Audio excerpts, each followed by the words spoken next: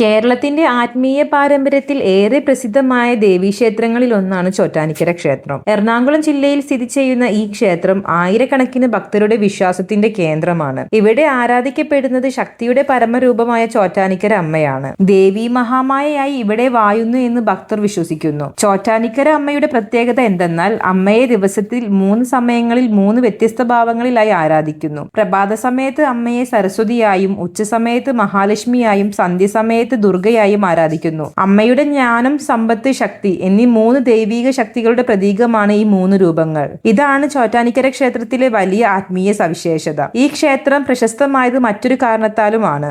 മാനസിക വേദനകൾക്കും ദോഷബാധകൾക്കും പരിഹാരം ലഭിക്കുന്ന ക്ഷേത്രം എന്ന വിശ്വാസമാണ് അത്. കേരളത്തിലെ പല ഭാഗങ്ങളിൽ നിന്നുമല്ലാതെ രാജ്യത്തിന്റെ പല ഭാഗങ്ങളിൽ നിന്നും വിദേശത്ത് നിന്നും പോലും ഭക്തർ ഇവിടെ എത്തുന്നു. അമ്മയുടെ കൃപയിൽ അവരുടെ ജീവിതത്തിൽ അത്ഭുതകരമായ മാറ്റങ്ങൾ സംഭവിച്ചുവെന്ന് പലരും സാക്ഷ്യപ്പെടുത്തുന്നു. ചോറ്റാനിക്കര ക്ഷേത്രത്തിലെ ഏറ്റവും പ്രശസ്തമായ പൂജയാണ് ഗുരുതി പൂജ. സന്ധ്യാസമയത്ത് നടത്തുന്ന ഈ പൂജയിൽ അമ്മയുടെ ശക്തി ഏറ്റവും കൂടുതൽ അനുഭവപ്പെടുന്നു എന്ന് ഭക്തർ വിശ്വസിക്കുന്നു. ഈ സമയത്ത് ഭക്തർ വലിയ ഭക്തിയോടെയും വിശ്വാസത്തോടെയും അമ്മയുടെ സന്നിധിയിൽ എത്തി പ്രാർത്ഥിക്കുന്നു. മനസ്സിലെ വിഷമങ്ങളും ദുഃഖങ്ങളും അമ്മയുടെ മുന്നിൽ സമർപ്പിച്ച് അവർ ആശ്വാസവും സമാധാനവും നേടുന്നു.